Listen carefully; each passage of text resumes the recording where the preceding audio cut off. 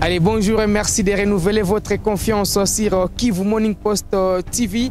Après plusieurs mois de suspense, la Coupe du Congo aura bel et bien lieu en République démocratique du Congo. On revient sur ces communiqués rendus publics par le comité de normalisation de la Fédération congolaise de football association avec les analystes d'un journaliste sportif congolais basé à l'est du pays. On n'a pas senti les anciens footballeurs hausser leur voix comme ça s'est fait ailleurs.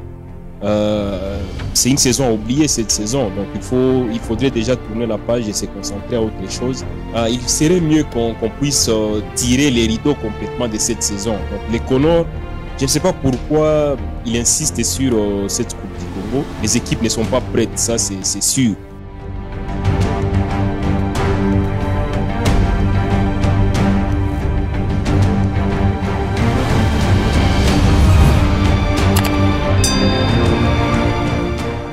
Allez, je le disais dans les titres, on va parler de la 59e édition de la Coupe du Congo qui démarre au mois de juin à Kinshasa.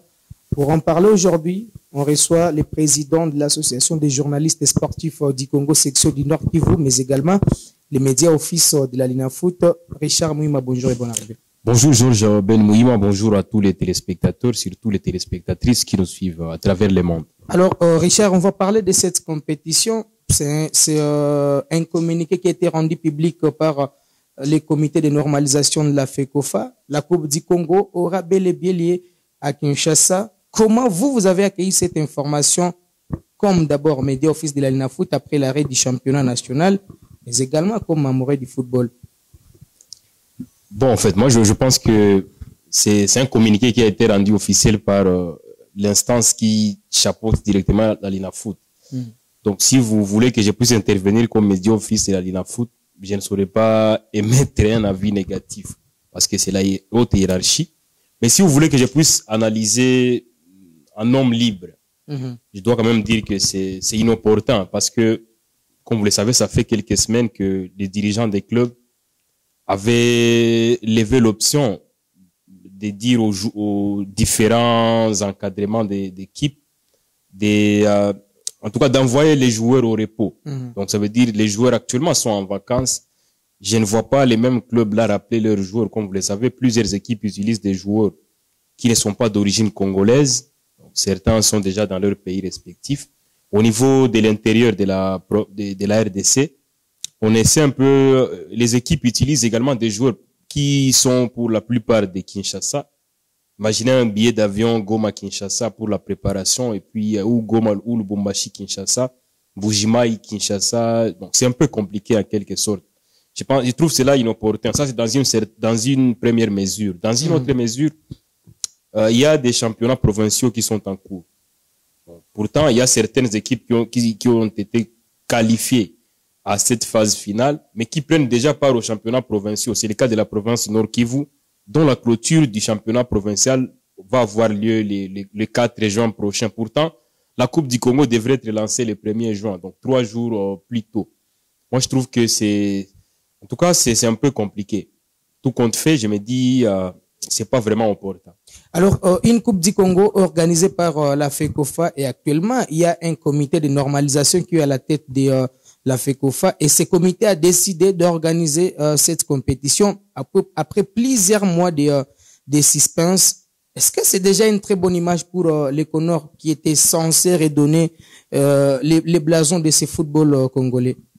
Moi, ce qui me surprend le plus, c'est de voir les silences des dirigeants des clubs réunis au sein de la DEFCO parce que ces mêmes dirigeants ont exercé une pression sur la Lina Foot, sur la fédération. Ils voulaient même voir le ministre des Sports, surtout par rapport à l'organisation du championnat national. Mais depuis l'annonce de la Coupe du Congo, ils sont silencieux. Pourtant, c'est presque les mêmes clubs, certainement, qui vont prendre part à cette Coupe du Congo. Je trouve cela un peu paradoxal, deux poids, deux mesures en quelque sorte. Donc pour moi, les dirigeants des clubs devraient s'investir autant qu'ils l'ont fait lorsqu'il s'agissait du championnat national pour essayer un peu de dire non à cette Coupe du Congo. Une chose est sûre, au niveau de la RDC, la saison, c'est une saison à oublier cette saison. Donc il faudrait déjà tourner la page et se concentrer à autre chose. Surtout se concentrer à la saison prochaine. Il y a Mazembe qui va préparer la Super Coupe. Mazembe a envoyé tous ses joueurs en vacances. Il y a l'équipe de Vita Club, par exemple, qui est en train de chasser ses joueurs matin, midi et soir. DSMP un peu en difficulté, surtout sur le plan financier. Lupopo a déjà envoyé ses joueurs en vacances, Sangabalende, Dauphin Noir, et d'autres équipes, n'en parlons, mais Bukavuda, Nyuki, Kabasha dernièrement, donc c'est un peu compliqué. Alors, une Coupe du Congo qui visiblement est organisée pour permettre à certaines équipes de la Ligue 1 de se rattraper, comme la formation du Daring Club Motema Pembe. Alors, pour cette saison, est-ce que c'est une opportunité pour certaines équipes qui n'avaient pas envoyé avant les joueurs à vacances de saisir cette occasion? Bon, moi, je pense que jusqu'à présent, on ne sait pas qui sera qualifié pour les prochains interclubs de la CAF et qui ne sera pas qualifié. Parce qu'il y a beaucoup de confusion, surtout au niveau des textes. Il y en a ceux qui essaient un peu d'exhiber les textes qui avaient été adoptés dans des réunions ad hoc, ce qui est un peu compliqué. Il y en a d'autres qui se réfèrent au RGS, comme on le dit, les règlements généraux sportifs. Donc, pour l'instant, il y a une confusion. Donc, ça veut dire que je trouve également qu'il y aurait, en tout cas, un certain déséquilibre si du moins on aurait un champion de la Coupe du Congo, sans pour autant en avoir au niveau de l'Alina Foot. Donc, ça veut dire c'est comme si au niveau de la fédération, on pourrait avoir certainement un champion. Pourtant, au niveau de la commission de gestion de l'Alina Foot, on n'en a pas. Donc, comme je l'ai dit, permettez que je puisse rabâcher, il serait mieux qu'on puisse tirer les rideaux complètement de cette saison. Donc, les Conors, je ne sais pas pourquoi il insiste sur cette Coupe du Congo. Les équipes ne sont pas prêtes, ça c'est sûr. On n'a pas besoin des lunettes pour qu'on puisse confirmer cela. Il n'y a pas de moyens également, parce qu'en dehors de cela, il y a toujours un flux aérien. Il y a des séquences là de l'RDC où il faut beaucoup d'acrobatie pour y aller, mais aussi les délais. On annonce les communiqués, je ne sais pas, il y a de cela 2 ou 3 jours. Déjà, il faut être à Kinshasa avant le premier. Faut-il opérer un miracle? À part cela, il y a également le stade des Martyrs, peut-être qui devrait être occupé par cette compétition. C'est un stade très sollicité. Il y a plusieurs activités, des arts martiaux, il y a des musiciens qui veulent aussi prendre ces stades-là. Donc moi, en tout cas, tout compte fait, je me dis, c'est un peu compliqué. Mais aussi, c'est un stade qui est en cours de réhabilitation. Donc, je ne vois pas par quel miracle on pourra éviter tout ce que je viens de soulever comme problème. Alors, les Conors, qui a remplacé les comités provisoires de la FECOFA, veut nous faire revivre en fait les épisodes que nous avons vécu avec le football congolais. Vous, comme journaliste, vous avez un message très particulier à ces nouveaux comités des Conors. Bon, tout d'abord, je tiens à saluer tous les efforts qui sont consentis par les Conors. C'est pas facile. Donc, les Conors a reçu une mission qui est très délicate parce qu'il faut organiser les élections. Et c'est ce qui est prioritaire. Pour l'instant, les sportifs congolais veulent avoir l'identité de ceux qui vont diriger le football congolais parce que les Conors, c'est juste transitoire. Et au lieu qu'on puisse se surcharger en quelque sorte, il serait mieux qu'on se concentre qu'aux élections et puis qu'on laisse autre chose. Parce que j'ai même lu certaines nominations des sélectionneurs, ce qui est une bonne chose.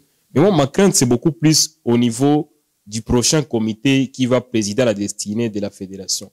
Je crains que les Conors puissent installer certaines commissions, puissent faire des histoires, et qu'à la fin des comptes, le comité maintenant qui sera officiellement installé puisse voir comment faire table rase et repartir sur d'autres bases. En tout cas, moi, c'est ça ma principale crainte. Il serait mieux qu'on puisse vraiment se focaliser sur ce qui est plus urgent. Et l'urgence actuelle, c'est de chercher l'oiseau rare qui va voler, en tout cas au-dessus de la Fédération congolaise de football association. Qui est cet oiseau rare, selon vous? Là aussi, il y a un problème. Vous le savez, sous d'autres cieux, dans d'autres pays, déjà à 1 an des élections, on est fixé sur certains noms. Mais aujourd'hui, en RDC, on est déjà à quelques mois de ces élections. Personne n'a eu à soulever son petit doigt pour dire qu'il va candidater. En tout cas, on est très confus par rapport à cette histoire-là. Je me dis, la RDC mérite mieux que ce qu'il se passe. Nous avons des gens qui ont beaucoup critiqué, surtout Constant Omar, lorsqu'il présidait au niveau de la fédération. Il y a des gens qui sont experts en critique, il y a des anciens joueurs, il y a des journalistes aujourd'hui parce que le champ est ouvert à tout le monde. Nous tous ont critiqué la gestion chaotique, calamiteuse, je ne sais pas, et tous les vocabulaires que vous voulez au niveau de la fédération. Il est temps, les portes sont grandement ouvertes. À part Ngoï Kassanji, dont j'ai eu quelques échos, parce que lui, au moins, il s'est déjà prononcé, l'ancien président des Sangabalende et les députés nationaux. Personne d'autre.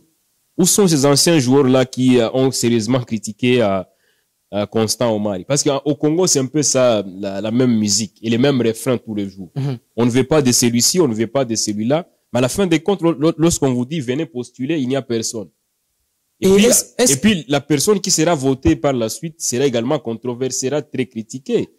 Pourquoi celui-là, il est incompétent, il n'est pas connu, tout ça, c'est un peu bizarre. Les statuts de la FECOFA a été modifié.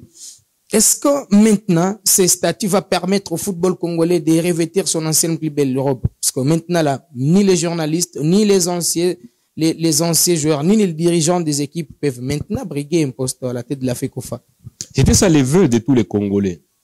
Parce qu'à l'époque, on critiquait sérieusement, on disait que les statuts étaient verrouillés, surtout pour certains articles clés. Mais là, on ouvre la porte à tout le monde. Bon, c'est vrai, on espère bien que les commerçants ne viendront pas, ou je ne sais pas, les fumeurs des chanvres, eux aussi ne viendront pas à diriger. Mais au moins, je me dis, c'est une bonne chose pour le football congolais. Mais, bonne chose, oui, mais nous, on a besoin quand même d'un bon profil. Samuel Eto'o s'était battu pour la Fédération camerounaise de football. Bon, c'est vrai, aujourd'hui, les résultats, c'est un peu en dents de scie parce qu'il faudrait remettre de l'ordre au niveau de la fédération. Mais au moins, on sentait les poids de Samuel Eto'o. Mais moi, je me plains toujours de ces anciens footballeurs. La RDC en a connu plusieurs qui devraient être boostés pour essayer un peu de présider à la fédération. Mais malheureusement, tous ces anciens joueurs-là aujourd'hui, ils sont pratiquement dans la poche de certains dirigeants. Ça veut dire, aujourd'hui, jusqu'à présent, on ne sent pas, en tout cas, cette appropriation. Et moi, je l'ai dit tout le temps, sans qu'on puisse me voiler la face ou je ne sais pas faire quoi que ce soit. Si on en est aujourd'hui là, c'est parce que peut-être les autorités qui chapeautaient le football par le passé n'encourageaient pas les footballeurs à étudier. Donc aujourd'hui, les anciens footballeurs ne sont pas en mesure de postuler ou de candidater ou de s'annoncer ou de s'afficher si vous le voulez très bien. C'est parce que pour la plupart, ils n'ont pas un bagage suffisant pour prétendre devenir président. Parce qu'on ne devient pas président qui veut. Et c'est ça le problème justement. Donc aujourd'hui, en RDC, on pense que lorsqu'on pratique le football, automatiquement, on ne peut plus étudier.